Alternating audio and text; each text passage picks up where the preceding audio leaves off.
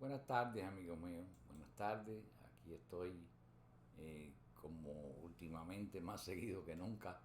Eh, Hoy nosotros como siempre a las 7 de la noche vamos a estar, Felipito y yo, para darles el programa que les tenemos prometido siempre, lo que es lunes, miércoles y viernes.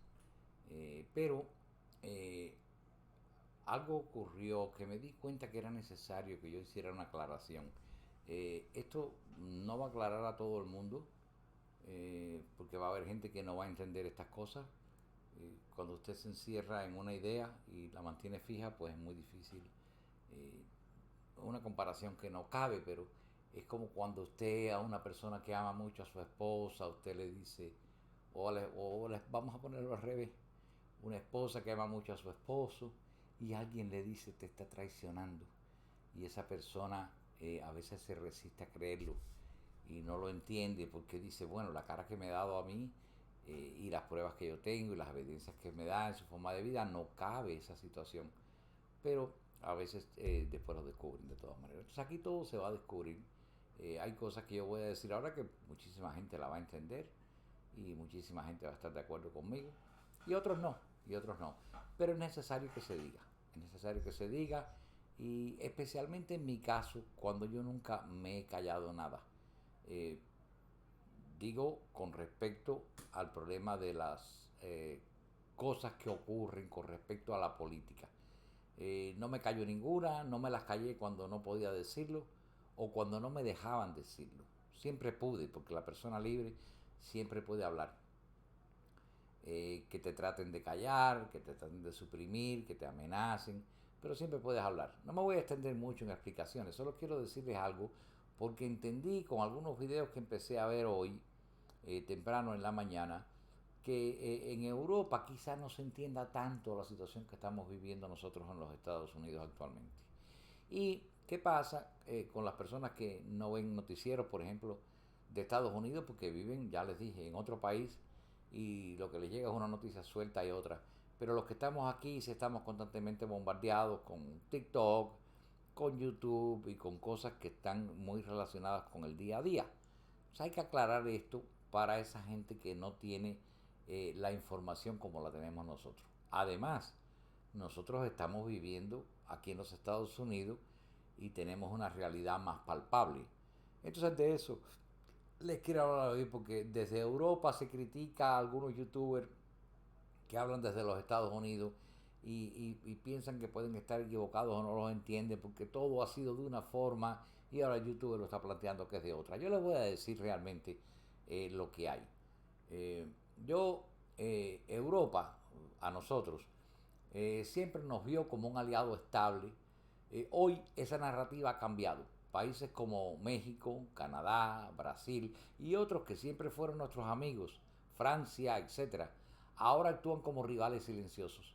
En cambio, quienes hemos visto como adversarios, como por ejemplo Rusia, Corea del Norte, se vuelven interlocutores preferentes, incluso a Maduro, eh, el de Venezuela, a quien muchos califican de dictador, se le pasa por alto porque nos vende petróleo a bajo costo. Y esto marca una nueva alineación insólita. Entonces, les voy a hablar, por ejemplo, del turismo y los vuelos internacionales. Datos recientes muestran una caída dramática de turismo. Los visitantes internacionales al país que han bajado un 14% en marzo del 2025 comparado con marzo del año anterior.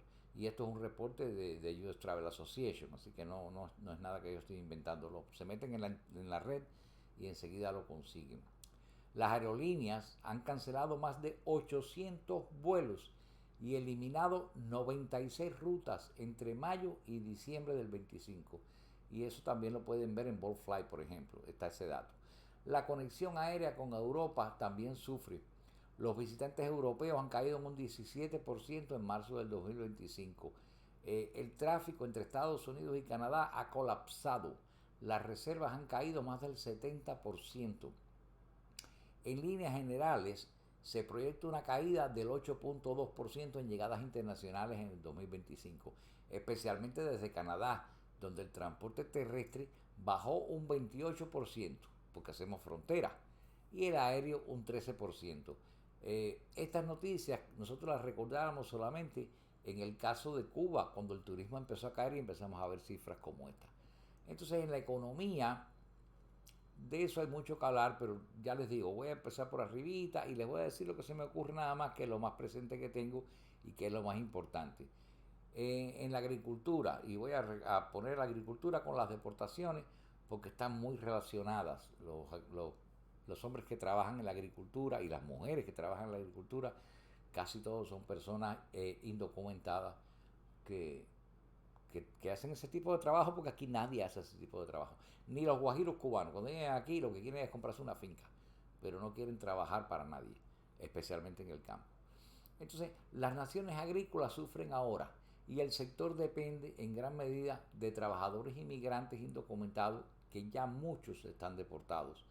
En California, por ejemplo, estados específicos, también le puedo decir que en la Florida igual, pero bueno, el 75% de trabajadores agrícolas en California son indocumentados y cerca del 40% a nivel nacional.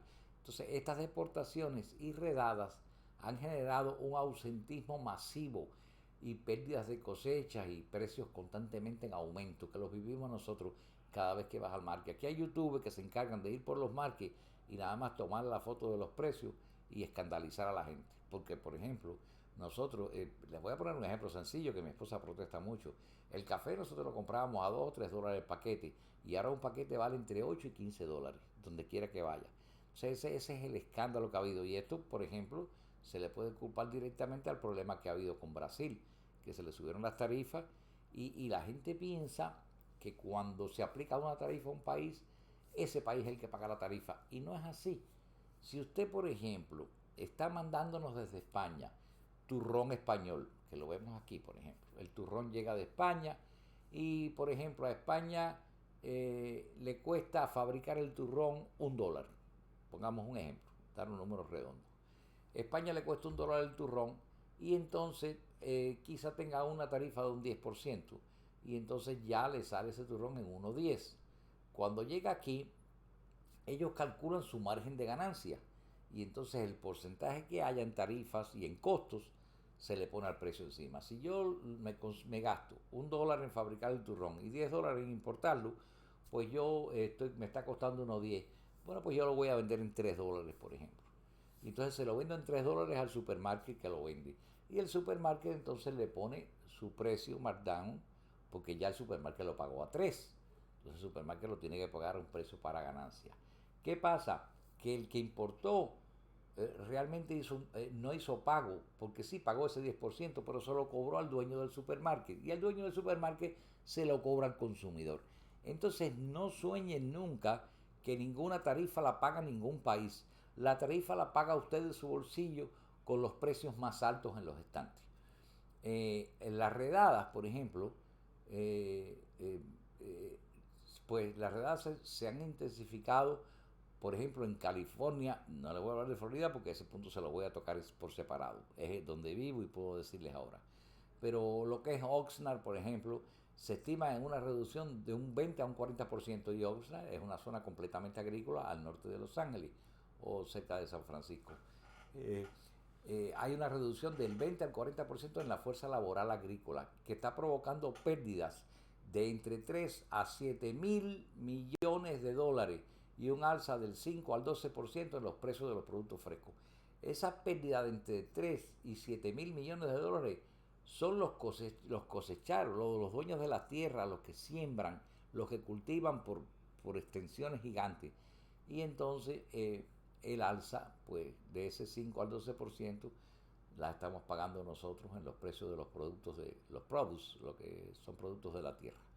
Se evalúa la idea de sustituir a trabajadores deportados por personas que están, por ejemplo, en Medicaid, que están recibiendo el servicio médico gratuito ese que da el Estado, lo cual ha sido calificado como ofensivo e irrealista por los líderes agrícolas, porque una persona que está recibiendo la ayuda del Estado de Medicaid, es decir, que te pagan la medicina y te pagan el médico y te pagan esas cosas, se le hace a las personas que son extremadamente pobres, porque aquí a pesar de que el Medicaid paga, incluso los hospitales tampoco cobran. Usted cada vez que entre en un hospital aquí va a haber un cartel grande que por ley los doctores y los hospitales no le pueden negar el servicio. Tenga usted o no seguro médico, tenga usted dinero o no, independientemente de su condición inmigrante o no inmigrante. Eso, ya les digo, es ofensivo el poner a un enfermo o a una persona que tiene, porque para que le den el Medicaid a una persona y califique, tiene que ser o niño menor de una persona pobre que tiene ingresos bajos, y eso pues por supuesto que tiene que probarlo, que lo que usted gana no le alcanza para vivir, y entonces pues eso es irrealista también, porque también puede ser un viejito que recibe Medicaid, que no ha recibido todavía su retiro, porque ya cuando recibe su retiro tiene su retiro que lo pagó, y tiene su Medicare que ya lo pagó también. Recuerden, Medicare es una cosa y Medicaid es otra. El Medicare es el que usted paga durante cheques por toda su vida, y cuando llega la edad del retiro pues recibe esos servicios médicos, porque ya usted pagó toda la vida antes de recibir el primer servicio.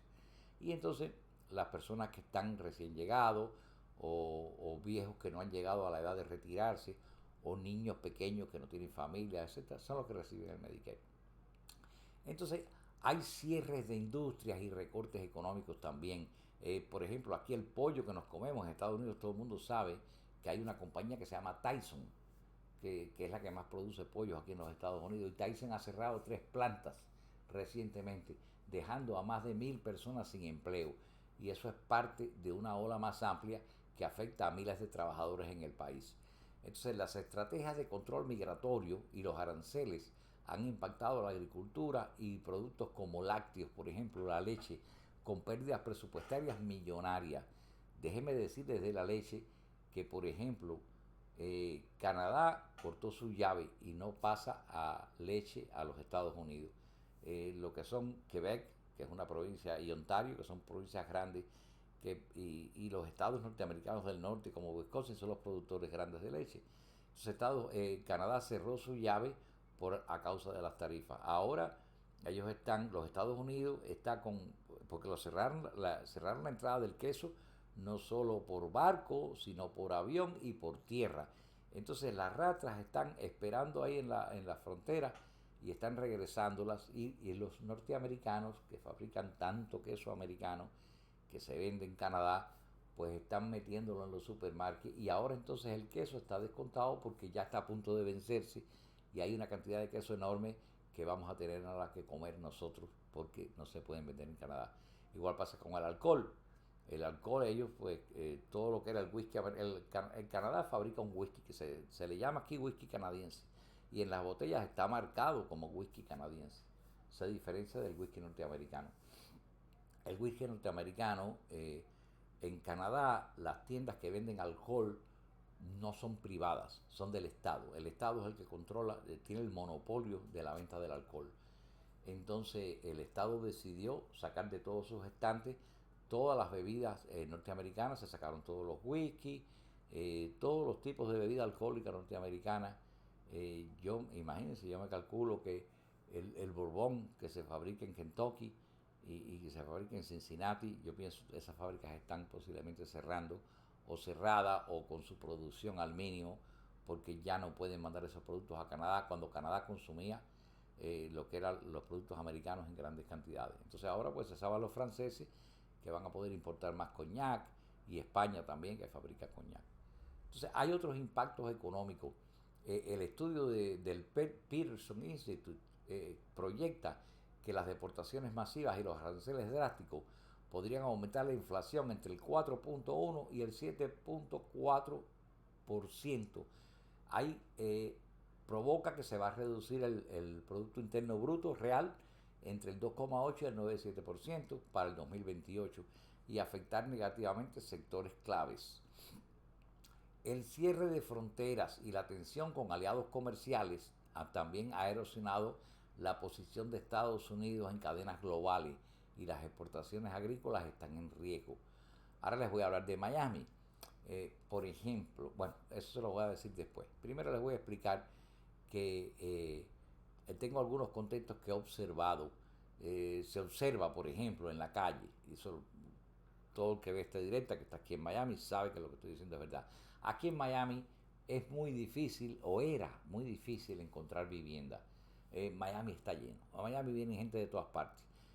Todo Centro y Suramérica, cuando llega a Estados Unidos, ya sea de turista, ya sea de residente, ya sea que se casó con un ciudadano americano, o ya sean también, vienen a Miami. En Miami es una ciudad donde, por ejemplo, te puedes dar el lujo de ni siquiera aprender inglés. Yo conozco gente que lleva aquí en Miami toda su vida, 20, 30, 40, 50 años, y no habla inglés, y no lo necesitan, porque a donde quiera que usted vaya, va a haber una persona atendiéndolo que sí habla español, porque si no es cubano, guatemalteco, chileno, venezolano, entonces tiene un padre o unos padres que lo criaron hablando español en su casa y también lo hablan. Entonces, hay una preocupante ola de viviendas vacías en Miami. Hay casas y apartamentos. Los letreros de for rent, eso quiere decir para renta, se están viendo por todas partes, cosas que no existían antes. Casas y apartamentos cuyos ocupantes o fueron deportados o huyeron de la persecución política. De la persecución política puedo decirles que bueno, les voy a hablar de algo de aquí de Miami, por ejemplo, fijo. Hay un proyecto aquí en Miami, todo el que ve aquí en Miami lo sabe, nada más que usted maneja para el centro de la ciudad, para el downtown, o rumbo a la playa, y lo que se va a encontrar son unos arcos enormes, enormes, que si los juntan con otros son kilómetros de largo. Esos arcos están sustituyendo las vías de lo que son el 826, el I-95 y el 395, es decir, todos los freeways que se dirigen a la playa, o el 95 que viaja de sur a norte, o el 826 que es el que viene para el oeste de Miami.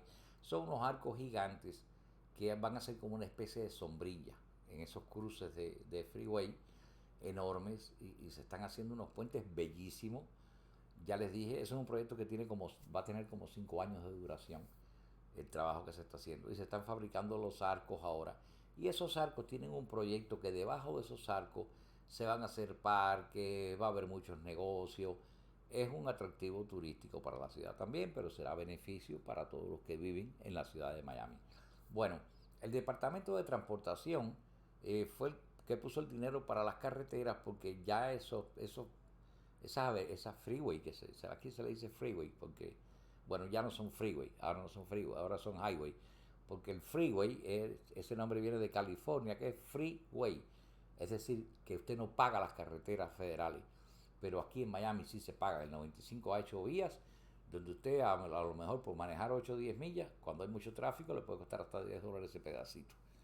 Entonces aquí el Departamento de Transporte recoge muchísimo dinero, y ellos decidieron hacer las vías nuevas. Y entonces la ciudad aprovechó y dijo, yo voy a colocar dinero también para ayudarlo, y vamos a tratar de desarrollar abajo en lo que es el turismo y la ciudad. Y la ciudad puso dinero. Y el gobierno federal les asignó por un gran $60 millones. Bueno, esos $60 millones federales, después que esa construcción lleva ya casi un año corriendo, ahora el presidente decidió que, como tienen un Big Beautiful Bill, que la gente está mirando y no lo entiende, y lo leen y no saben de qué están hablando, ese Beautiful Bill gasta tanto que el gobierno federal dijo que no le pueden dar los $60 millones a la ciudad de Miami para terminar su proyecto, porque no tienen dinero. Se lo han asignado al Big Beautiful Bill, o a esa legislación bella y grande. Esa legislación bella y grande se llevó el dinero de la ciudad de Miami, o ha hecho que la ciudad de Miami invierta en un gasto que después quizá no se pueda completar, o que tengamos nosotros los contribuyentes que tratar de aportar esos otros $60 millones que faltan para completar ese proyecto. Entonces esos fueron suspendidos después de haber sido iniciada la obra. No se trata solo de números o de políticas abstractas. Esto es la vida desmoronándose. Las familias están separadas, o se están separando. Eh, en una misma casa a veces te encuentras gente que apoyan la política del presidente Trump y otros que se oponen. No solo en las familias, en los vecindarios, en las ciudades, en los medios radiales y los medios de televisión, hay dos campos encontrados. Ustedes, como viven en Europa y no viven aquí en los Estados Unidos, no ven esa batalla, porque esa batalla se lleva en las redes locales. y ustedes posiblemente el TikTok que se haga aquí en Miami quizás no les llegue a ustedes o les llega muy mal, pero hay TikTok dedicados constantemente a la defensa del señor Donald Trump, y le decimos, aquí se le dice trompistas, como se le decía en Cuba, fidelistas. Aquí son trompistas, y los que se oponen a Trump también tienen su programación, entonces es una guerra constante. A veces los ánimos se caldean y las personas llegan a ofenderse. Aquí siempre hubo dos partidos, el Partido Republicano y el Partido Demócrata. Todos siempre dijeron que hubiera sido muy bueno que tuviéramos un tercer partido, porque el problema es que aquí todo está en blanco y negro. O eres demócrata o eres republicano. El republicano es de derecha y el demócrata también es de derecha, pero no tan de derecha. Entonces no es de izquierda. Tienen cosas o medidas que usualmente los gobiernos de izquierda utilizan, pero los republicanos y los demócratas han gobernado por más de 200 años este país y se han intercalado en el poder y el país no ha cambiado nunca. Esto ha sido un cambio radical porque el señor presidente Donald Trump siempre fue demócrata. Y toda la vida, eso lo saben ustedes, hay millones de películas y videos y todos saben que Trump era demócrata. Y cuando Trump decidió correr por la presidencia, el Partido Republicano no le quiso apoyar su nominación. O sea, él se vio obligado a pasar a los republicanos y correr su campaña por ahí. Cuando la presidencia corrió, habían dos o tres por el Partido Demócrata postulados. Creo que estaba el socialista Bernie Sanders y la primera vez que Trump corrió. Y la señora de Clinton, la señora de Bill Clinton. Después ahora, en estas otras elecciones, y habían 17 o 15, algo así, por el Partido Republicano, que Trump los cogió a todos del Partido Republicano y los desbarató y los desprestigió y se burló de ellos. Hay un documental que lo buscan ustedes en YouTube y lo van a encontrar, el arte de la ofensa o el arte de, sí, el arte del insulto, el arte del insulto se llama, donde van a ver ustedes un video de 1 hora y pico a Trump insultando a los republicanos.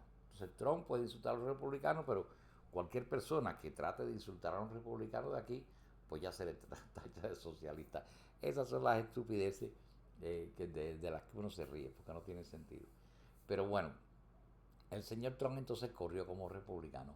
Él tiene ideas que ahora la gente con mucho cuidado, porque el problema es que cuando él gobernó sus primeros 4 años y se postuló por esta vez de nuevo, después del paso por Obama, pues yo mismo, todos decíamos, bueno, entre escoger a Trump y escoger a la Kamala Harris, pues yo prefiero a Trump, porque imagínense ustedes, esta mujer ya estaba pasada de demócrata, esta estaba muy tirada para la izquierda, y sabíamos que en esos 4 años iban a suceder cosas molestas, sin saber que por el otro lado iban a ser aún más molestas. Pero bueno, estas eran de derecha y entonces hay gente que todavía defiende esa posición.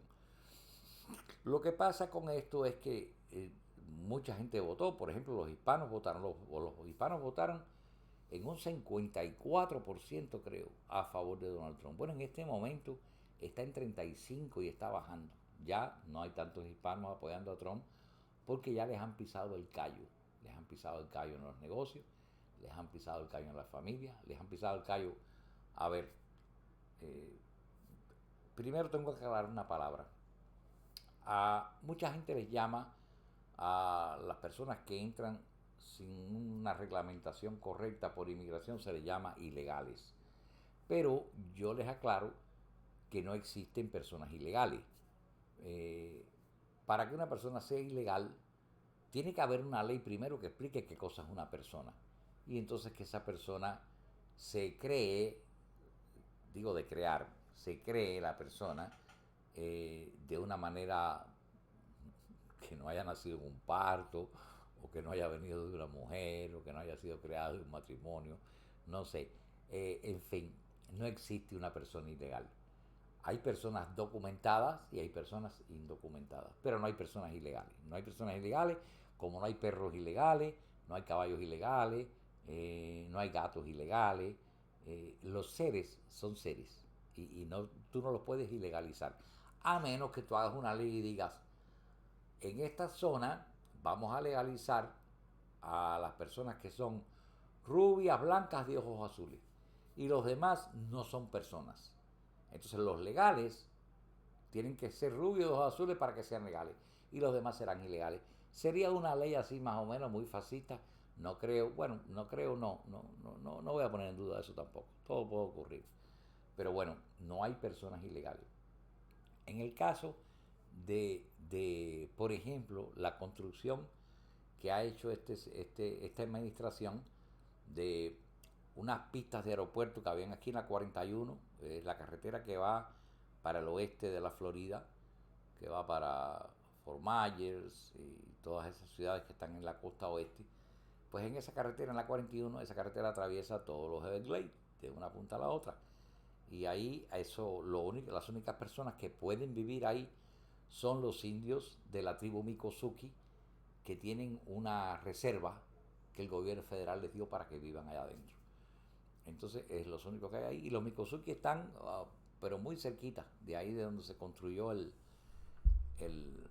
las jaulas esas que hicieron ahí, pues son jaulas. No se imaginen ustedes, como decía uno de los youtubers europeos, esto que estaba oyendo hoy, bueno, youtuber cubano, pero está en Europa, que estaba diciendo que ahí tienen desayuno, almuerzo, comida, el campo y aire acondicionado. No, señores, no es así. Nosotros estamos aquí mismo. Primero, no tienen prácticamente servicio médico. Tienen una comida al día malamente, les dan comida mala. Le estamos diciendo porque hay gente que los han arrestado y después los han tenido que soltar, porque aquí en la calle los cogen por donde quiera. Y entonces se llevan a mucha gente, se llevan ciudadanos americanos. Usted sale a la calle en este momento en Miami, y entonces en Miami hacen trampas en las calles, por ejemplo aquí en la 40, cerca del Tropical Park, muy cerca de aquí de mi casa. Ellos cierran ahí la 40, cerca de la Universidad de Miami, y paran a todos los carros que pasan. En Kendall lo hacen también en la 88, porque por ahí vive mucho colombiano. En el Doral lo hacen porque viven muchísimos venezolanos. En Miami Beach yo lo noté, yo fui el viernes, no este que pasó, sino el anterior.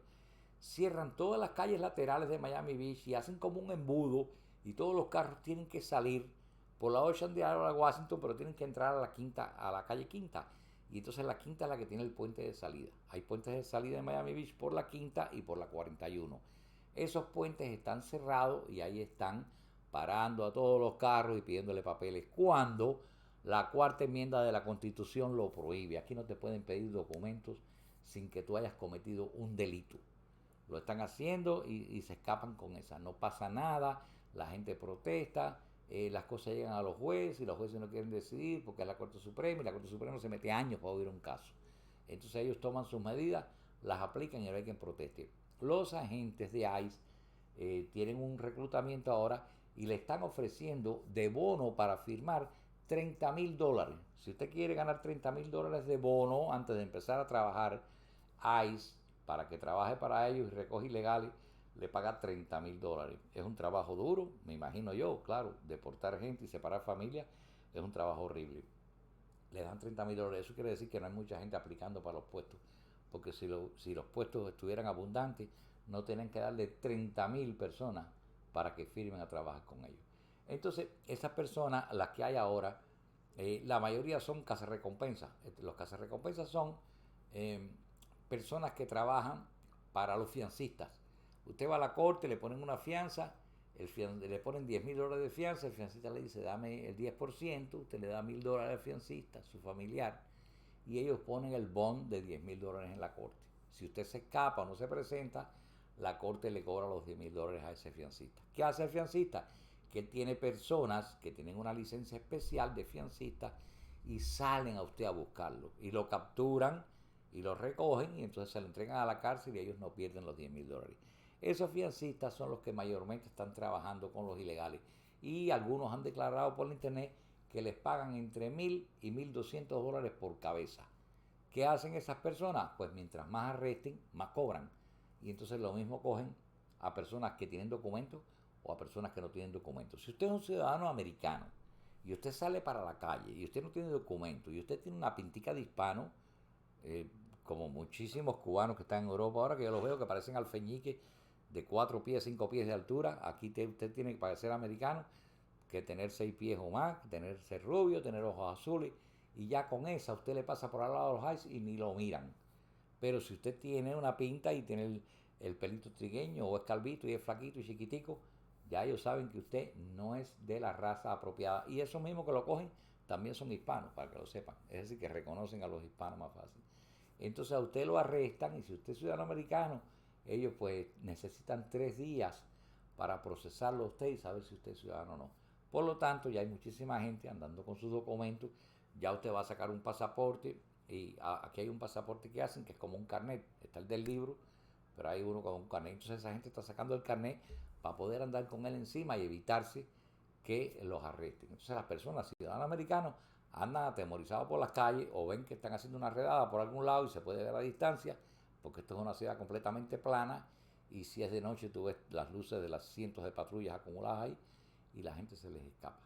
Entonces los que tienen... Ahora otra cosa, las personas que entraron, los cientos de miles de personas que entraron bajo la presidencia de Biden, que se les dieron visas por diferentes razones, se les dio la I-220A o la I-2, todos que pasaron por ahí, que cogieron el CBP-1, diferentes formas, parol, cosas que entraron aquí. Esas personas tuvieron que, otros que esperaron en México hasta que se les diera la visa de entrada en el puerto. Todo el que recibe, según la ley de los Estados Unidos, que recibe o se registra en un puerto de entrada de los Estados Unidos, ya si fuera cubano, por ejemplo, puede acogerse al año y un día a la ley de ajuste cubano. Entonces, ahora, ¿qué pasa? Que el señor Trump ha dicho que todas esas aceptaciones que hizo en la frontera Biden, porque fueron muchísima gente, él las está descalificando y ya no valen. Y entonces, como no valen, usted ya no se le considera que entró por un puerto.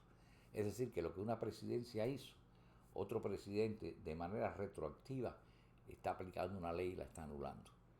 Eso es lo que está pasando con eso y por eso es que las cantidades de exportaciones son enormes, porque aunque usted tenga documentos y tenga permiso de trabajo, a veces esos permisos de trabajo se los han descalificado, ya no sirven. Tiene un permiso de trabajo usted, pero no sirve ya. Entonces, aunque lo paren con permiso de trabajo, lo arrestan, porque ellos no saben si ese permiso de trabajo se lo dieron a usted, porque usted es un sabio, un científico, y si le dan una visa de ese tipo y no quieren que lo deporten, o si es nada más un ciudadano que cayó en esa condición y que se le quitó. Por eso es que hay tantas, y se les está acabando la gente y se están poniendo más desesperados y ya están hurgando cada vez más. Aquí salen por la historia de los periódicos que te mueres de la risa. Ahora hicieron un caballo de Troya, se metieron en un camión de mudanza violando la ley, porque la ley tiene prohibido que en los camiones de carga se metan personas y se esconden en los camiones de carga y entran a la zona donde están muchos hispanos concentrados y entonces se tiran del camión y se forma el corre-corre, todo el mundo corre, entonces ellos van a coger a todo el que corre, porque el que corre pues algo malo tiene. Entonces, esas son las cosas que están pasando ahora aquí, que se las estoy diciendo yo que las vivo y todos los que me oyen, todo el que me oye aquí en Miami sabe que no le estoy agregando nada. La cosa en California es muchísimo más dura, porque en California hay más resistencia a ICE, hay más ataques a ICE, hay agresiones contra ICE también, así como ICE agrede igual, no les voy a decir que no. Aquí yo he visto, aquí habían 2 personas protestando en un puente, yo vi el video, con unos carteles de la deportación y se bajaron los policías y le han dado una paliza a esa gorda, a ese hombre, que fue terrible. Y nada, estaban con un cartel protestando. O sea, hay violaciones constantes, cosas que no se veían antes. Esa gente antes, un policía le daba un golpe a una persona, aunque fuera un criminal, y si se le iba a la mano, o mostraba demasiada violencia, o la violencia pasada de necesaria para arrestar a la persona, esa persona iba a la corte y era sancionado. O sea, esas cosas ya no existen. Esas pasan de largo y ya la gente las mira y no las comenta. Y el trompista defiende esa posición. Y el cubano, por ejemplo, y eso se lo digo, el cubano es de que si yo estoy trepado en esta lomita aquí y vienes tú, yo no quiero que te trepes en la lomita, porque yo luzco mejor en la lomita y tú no. Entonces yo tengo lo que tú no tienes, y entonces como ya yo estoy aquí, pues yo no quiero que tú vengas. Y entonces si viniste y te dejaron entrar, yo quiero que te vayas. Pasó, y yo estaba aquí para verlo. Pasó aquí cuando llegaron los Margaritos del 80. No los querían. Después, cuando llegaron los balseros del Maleconazo del año 94, lo mismo, hubo una especie de rechazo. En las emigraciones anteriores, donde estábamos los del exilio histórico, se recibían con amor y luego teníamos una casa, la Libertad, que está allí en Biscayne, donde se les recibía, se les daba casa, se les daba comida, se les daba de todo. Eso se acabó. Ha llegado una generación que no quiere a los otros aquí, los saca patadas. Entonces, ustedes dirán, abuelito, y como tú siempre estás hablando de Cuba y ahora estás hablando de los Estados Unidos, y yo había dicho que no iba a hablar de esto. Bueno, les voy a explicar para terminar por qué hablo de esto. A mí me ha interesado siempre la libertad de Cuba. Me da mucha lástima en la situación en que están los ciudadanos cubanos viviendo. Están como prisioneros. La gente les pide que se alten, que se levanten, que se protesten.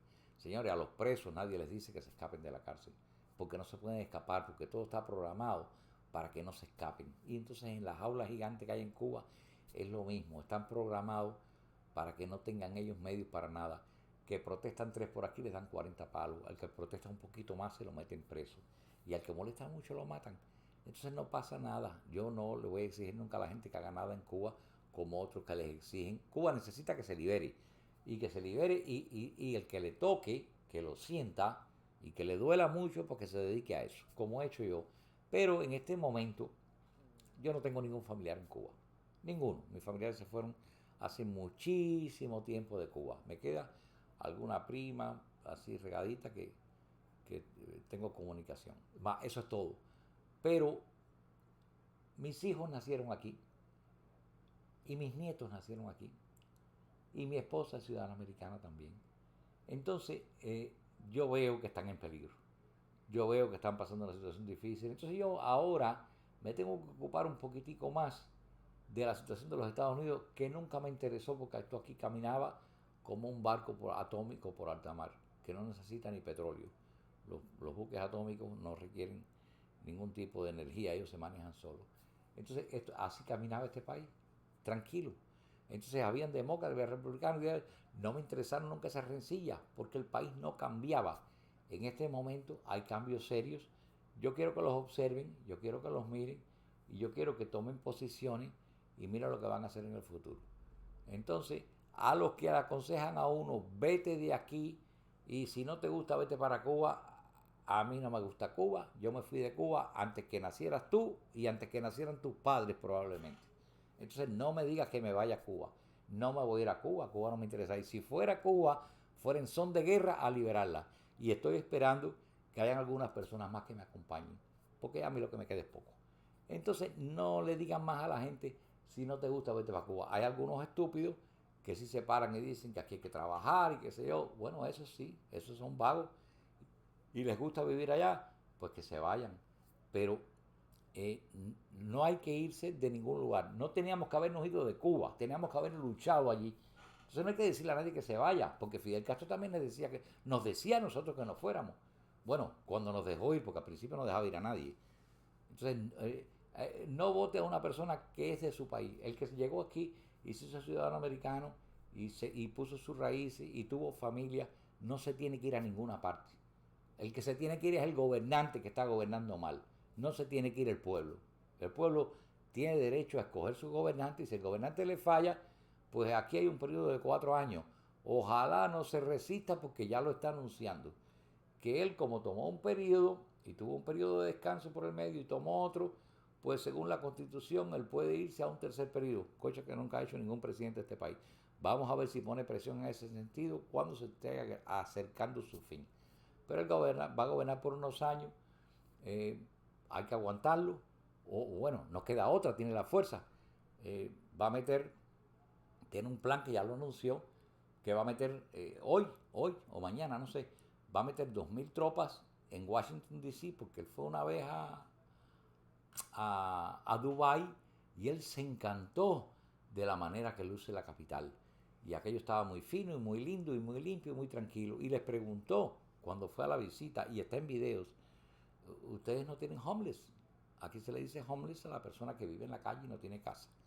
Entonces ya él habló de que va a sacar un edicto que no pueden haber casas de campaña en las calles, que no puede haber nadie viviendo en las calles y que va a designar y va a buscar un área, un terreno, un lugar, un sitio cualquiera que no sea en la capital. Es decir, no pueden estar en la capital, pero pueden estar en cualquier otro lado. Y va a coger otro lado y va a concentrar a esa gente y los va a recoger y los va a meter ahí. Es decir, que va a crear lo que se llama en español sin ningún problema de confusión en la traducción, campo de concentración, porque va a concentrar en un campo a ciertos tipos de personas, como hizo por ejemplo en, ¿cómo se llama? El Alcatraz Alligator, que hay hasta burla, hacen burlas con el Alcatraz. Hay una estúpida ahí que dijo que los cocodrilos van a tener 64 millones de dólares de 64 millones de personas de comida, refiriéndose a los 65 millones de hispanos que hay en los Estados Unidos. No hablo de ilegales o no hablo de indocumentados, hablo de que hay 64 millones de hispanos en los Estados Unidos.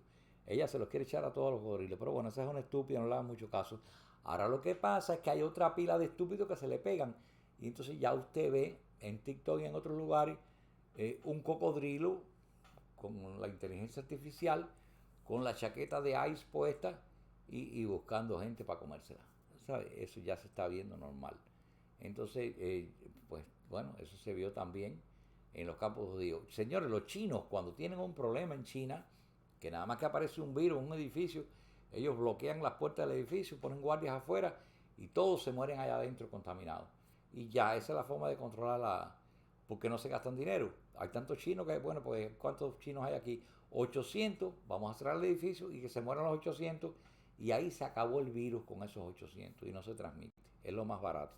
La vida humana no tiene valor en esos países. Los comunistas no le dan valor a las personas. En Cuba hay una manera sistemática de acabar con la población.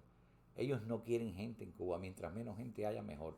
Mientras más gente se muera sin asistencia médica, sin salud, nada, mejor es para ellos. Ellos tienen menos gente que alimentar porque todo el dinero que les entra por el turismo, que es el plan de ellos, los médicos, los enfermeros, todos los empleados de salud que están en el exterior, le producen dólares. Y el turismo le produce dólares. Entonces ellos no cuentan ya con los cubanos para que le produzcan dólares. Porque las fábricas no producen. Porque en Cuba no da nada que se pueda vender ya en el extranjero. Ni siquiera azúcar. Entonces ya el ciudadano no importa. El ciudadano cubano que vive ahora en Cuba es más bien un gasto para los comunistas. Entonces ellos dicen, bueno, lo que yo saque del turismo y lo que yo saque de la exportación del tráfico humano ese que tengo con médicos, enfermeras y empleados de la salud y con todos los soldados que mando y con todos los espías que mando a Venezuela, a Chile, con todos los comunistas que mando en el mundo, con los, calculo yo que hay casi 3.000 que en esta lío de entrada están metidos aquí en Miami, ya tienen estructuras completas y tienen otros que han estado sembrados por años aquí. Entonces toda esa gente es la que se mantienen con el gobierno. Y entonces esos viven del poquito dinero que entra del turismo y que entra de esas cosas. Ellos no quieren dedicarle ese dinero a darle comida a la población y a darle salud a la población. Entonces, ¿qué hacen? Bueno, pues mientras más se mueran, mejor. Mientras menos hayan, mejor. El problema de vivienda en Cuba se está acabando. ¿Saben por qué? Porque ya no hay tantos habitantes. Las casas siguen las mismas y entonces se derrumba un edificio de 4 apartamentos, pero se mueren 800 personas. Entonces, como se mueren 800 viejos, pues ya llega el momento en que se va balanceando la proporción de población con la vivienda. Entonces, eso es lo de ellos, acabar con el ciudadano cubano. Mientras menos hayan, mejor. Los que queden para prestar servicio en los hoteles, esos más o menos tienen una ventaja. Esos son los que viven un poquito mejor porque tienen acceso a la comida y pueden robar. Entonces, esa es la situación que tenemos en este momento. Le quiero aclarar, y ya les digo, no se trata de números ni de políticas abstractas, no es solo de números. Esta es la vida que se está desmoronando de la familia separada, de los pueblos fantasmas, de los campos abandonados, de la economía tambaleándose, y lo que antes parecía imposible, hoy se siente dolorosamente real. Europa debe verlo, no hay excusas, solo la cruda realidad que queremos que conozcan. Yo quiero dar por terminado esto ya, he hablado bastante, pensaba que iba a ser muchísimo más corto, pero no lo ha sido. Así que me perdonan por lo que me extendí y los invito a ustedes hoy a las 5 de a las 7 de la noche. Voy a estar con Felipito en el podcast, ya tenemos 5 podcasts y hemos ido levantando poquito a poco las vistas. Este canal estaba abandonado y estamos casi prácticamente empezando por cero. Así que les agradezco que nos hagan la visita y que nos oigan la charlita que damos nosotros. Que pasen buenos días.